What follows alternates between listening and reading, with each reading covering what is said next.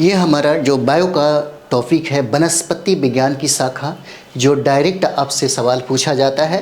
ठीक है, जैसे मैं यहाँ पे देखेंगे पूछा जाता है कि कौतुकों के जो अध्ययन होते हैं, जैसे कौतुकों का जो अध्ययन होते हैं उसको हम लोग क्या बोलते हैं। ठीक है, तो माइकोलॉजी हो जाता है। माइकोलॉजी यानी कि माइकोलॉजी में कौतुकों का अध्ययन किया जाता है। उसके बाद शैवालों का जो अध्ययन है इसको फाइकोलॉजी कहा जाता है। शैवालों के अध्ययन को फाइकोलॉजी कहा जाता है। औषधीय पादपों का जो अध्ययन है उसको फार्माकोलॉजी कहा जाता है। और फसली पादपों का जो अध्ययन है उसको एग्रोनॉमी कहा जाता है। ठीक है, बहुत इंपॉर्टेंट है ये दो चीज़ें, तो बहुत ज़्यादा इंपॉर्टेंट है। जैसे कौतुकों के अध्ययन को हम लोग माइकोलॉजी कहते हैं, उसी तरह शैवालों के अध्ययन को फाइकोलॉजी कहा जाता है।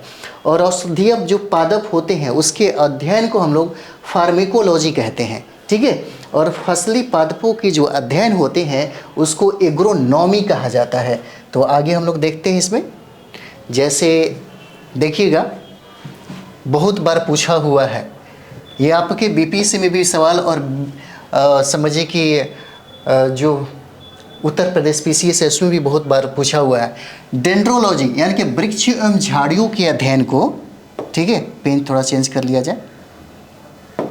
ओके, वृक्षों एवं झाड़ियों के अध्ययन को, वृक्षों एवं झाड़ियों के अध्ययन को क्या कहा जाता है, तो ये देखिए इसको डेंड्रोलॉजी कहा जाता है। ठीक है, आदिवासियों द्वारा पादपों के उपयोग का अध्ययन क्या कहलाता है, तो इथेनोबॉटनी कहलाता है। ठीक है, और भ्रूण का जो अध्ययन होता है, भ्रूण का अध्ययन उसको एम्ब्रियोलॉजी कहते हैं। एम्ब्रियोलॉजी कहते हैं, याद रखिएगा।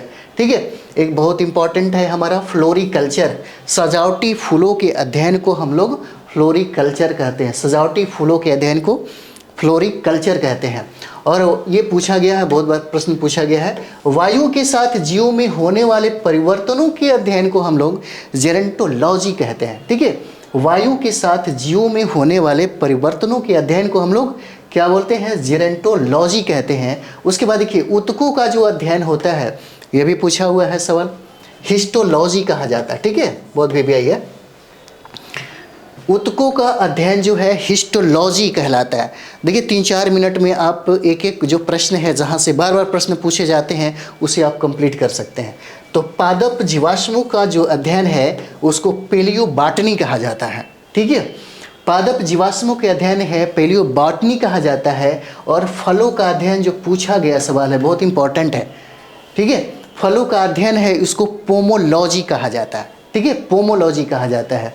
और देखिए फल सब्जियों उद्यान पादपों का जो संवर्धन का अध्ययन है, ये भी पूछा गया प्रश्न है, जिसको हार्टिकल्चर के नाम से भी जाना जाता है। हार्टिकल्चर, फल सब्जियों के उद्यान, ठीक है, पादपों का जो संवर्धन का अध्ययन किया जाता है वो हार्टिकल्चर में ही किया जाता है। ठीक है, उसके बाद देखते हैं वनीय वृक्ष तथा उसके उत्पादों का जो अध्ययन है उसको हम लोग सिल्वीकल्चर बोलते हैं। ठीक है, सिल्वीकल्चर बोलते हैं। और बीजों का जो अध्ययन है, बीजों का अध्ययन है उसको हम लोग स्पर्मोलॉजी कहते हैं। ठीक है, तो इतना सारा है, मतलब समझिए कि बहुत ही इंपॉर्टेंट है। जो भी इंपॉर्टेंट है हम उसी को करा रहे हैं। जैसे डेंड्रोलॉजी, ये आपसे पूछा जा सकता है, वृक्षों एवं झाड़ियों के अध्ययन को कहा जा सकता है। उसके बाद फ्लोरिकल्चर जो पूछा जाता है, फ्लोरिकल्चर सजावटी फूलों के अध्ययन को हम लोग कहते हैं। जैसे जेरोंटोलॉजी, ये भी पूछा गया, वायु के साथ जीवों में होने वाले परिवर्तन के अध्ययन को कहते हैं।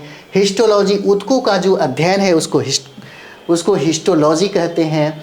उसके बाद देखिए पेलियोबॉटनी जो है पादप जीवाश्मों के अध्ययन को हम लोग कहते हैं। पोमोलॉजी जो है फलों का अध्ययन हो जाता है। उसके बाद हार्टिकल्चर, यहाँ पे देखेंगे फल सब्जियों उद्यान पादपों के संवर्धन का अध्ययन किया जाता है। और यहाँ वनीय वृक्ष और उसके उत्पादों का अध्ययन है उसको सिल्वीकल्चर कहते हैं।